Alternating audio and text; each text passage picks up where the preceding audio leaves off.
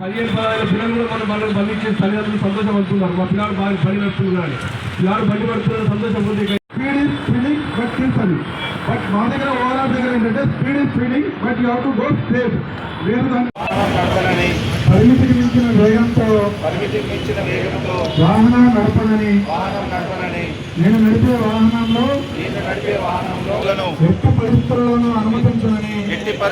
అనుమతించనని తద్వారా నా ప్రాణాలను మరియు నాతో పాటు ప్రయాణించే వారి ప్రాణాలను ట్రాఫిక్ నియమాలు పాటిస్తానని హెల్మెట్ లేదా సీట్ బెల్ట్ను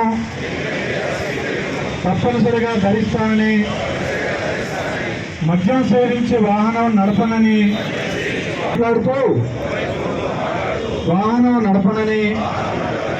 పరిమితికి మించిన వేగంతో వాహనం నడపనని నేను నడిపే వాహనంలో పరిమితికి మించి ప్రయాణికులను ఎట్టి పరిస్థితుల్లోనూ అనుమతించనని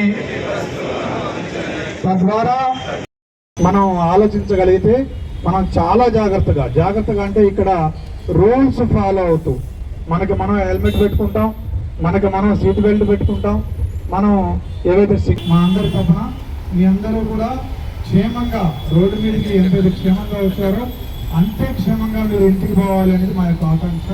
సో ఇక్కడ మనం ఆలోచించే మెయిన్ ఎగ్జాంపుల్ మన ఆ రోడ్లో ఉన్నటువంటి ఒక నగరంలో తిరిగి ఆ రోడ్లో ఉన్న ఆ ట్రాఫిక్లో ఉన్నటువంటి ఆ వాహనదారుల సైకలాజికల్ స్థితి, వాళ్ళ బిహేవియర్ మనం చూస్తే ఆ సొసైటీ ఎంత సివిక్ సెన్స్తో ఉన్నది.